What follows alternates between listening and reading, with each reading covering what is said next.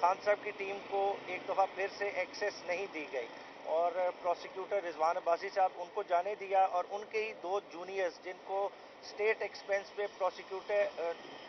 Prosecution side के थे उनको खान साहब की तरफ से वकील अपॉइंट कर दिया गया, उनको जाने दिया गया। हालांकि आज 342 के बयान रिकॉर्ड होने थे और बहुत ज़रूरी था कि खान साहब को पता हो कि उनके अगेंस्ट चार्ज क्या है, एविडेंस क्या आई है, उसको समझ के उसका उन्होंने जवाब देना था। तो इस सारी कार्रवाई को बड़े ही एक ख़तरनाक तरीके से किया जा रहा है और एक कन्विक्शन की तरफ एक प्री डिटर्मिन्ड माइंड के साथ लेके जाया जा रहा है और इसमें जज साहब की पूरी इन्वॉल्वमेंट है, सवालों की तैयारी से लेके जवाबात तक। और इस तरह के ट्रायल को ना किसी ने आगे कबूल करना है ना पहले किसी ने कबूल किया है।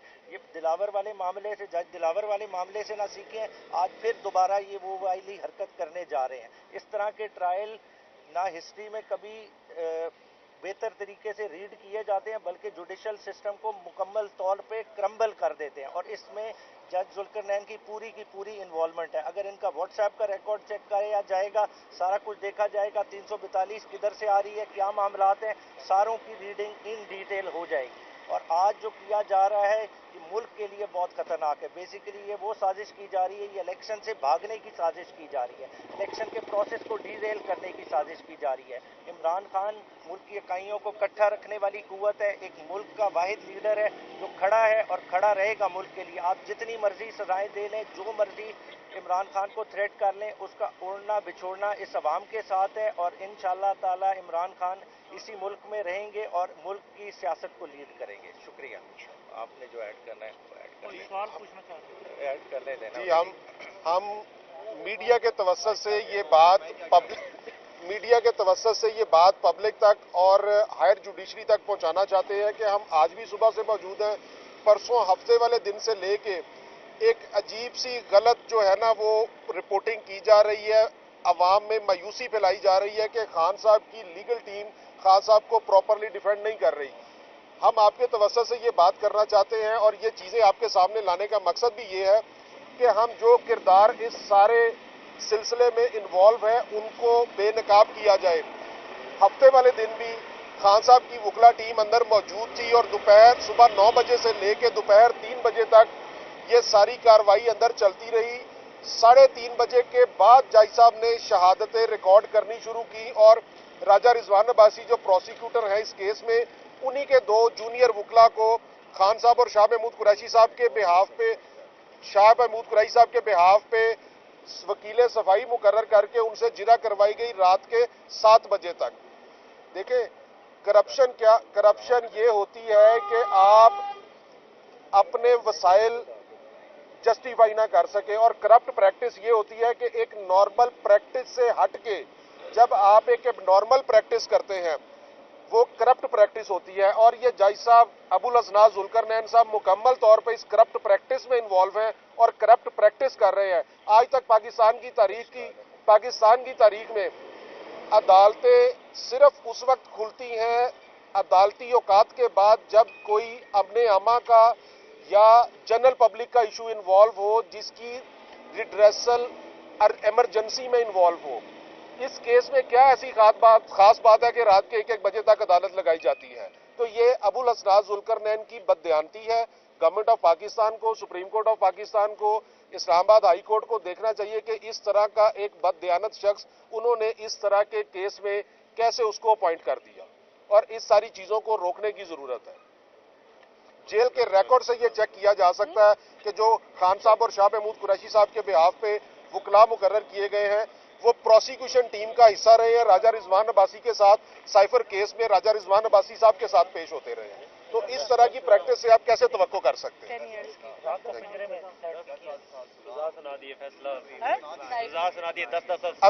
अभी हमें इतला आई है कि 10-10 साल शाह महमूद कुरैशी साहब को और इमरान खान साहब को सजा सुना दी गई है। इतनी जल्दी थी जज साहब को, ये सारा कुछ उन्होंने करना था इसलिए किया जा रहा था। लेकिन हम आपके तवज्जुह से जनरल पब्लिक को ये कहते हैं कि आपको बिल्कुल मुश्तिल होने की जरूरत नहीं है। ये सिर्फ और सिर्फ आपको एग्रेशन दिलाने के लिए, मायूस करने के लिए ये सारी हरकत की जा रही हैं। ये इंशाल्लाह ये सजा 1 घंटा भी खड़ी नहीं होगी। जितनी इलीगैलिटीज कमिट की गई हैं वो सारी की सारी तिनकों की तरह बिखर जाएंगी जब ये किसी फोरम पे प्रॉपरली अप्रिशिएट होगा।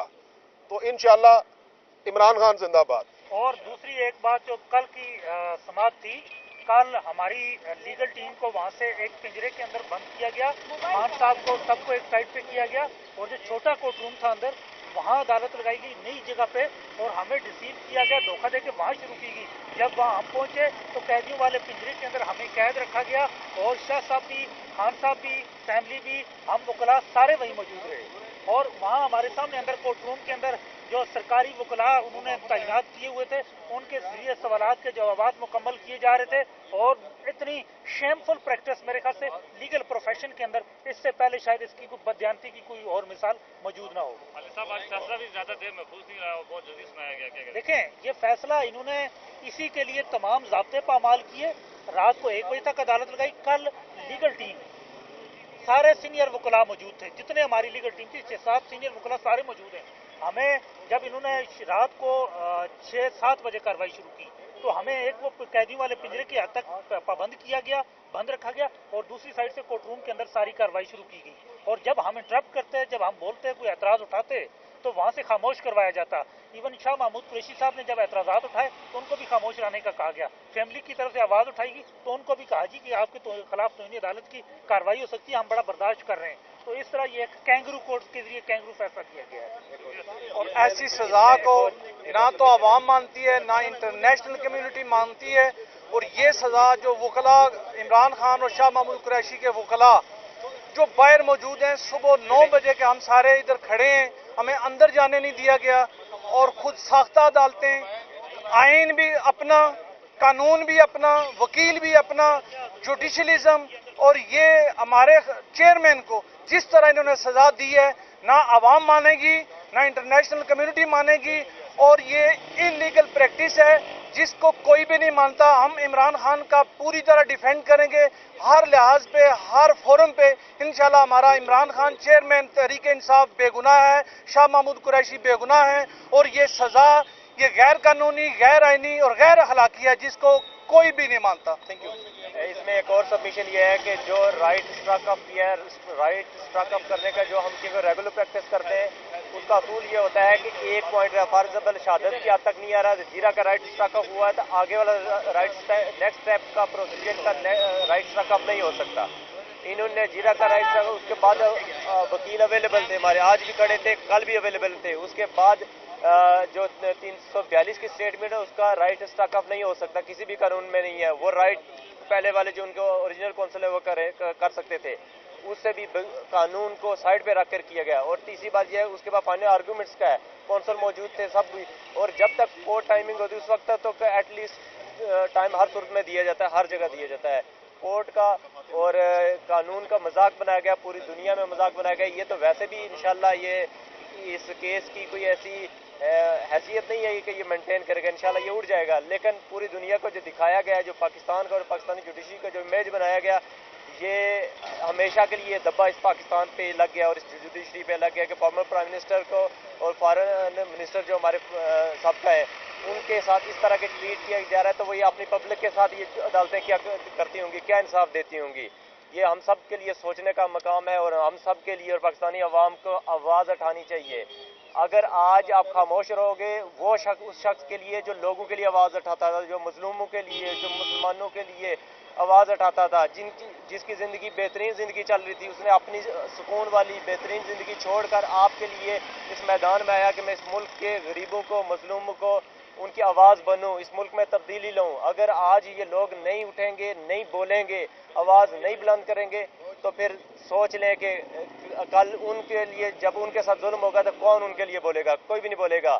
10 سال ان کو سزا دے کر عمران خان صاحب کو نہیں توڑا جا سکتا۔ 2 دن پہلے میری عمران خان صاحب سے یہ ملاقات ہوئی، انہوں نے کہا مجھے لٹکا بھی دے، پھانسی بھی دے دیں، میں انشاءاللہ کبھی بھی پیچھے ہٹنے والا نہیں ہوں، ٹوٹنے والا نہیں، سوال نہیں تھا، آخری دم تک میں آخری سانس تک لڑتا رہوں۔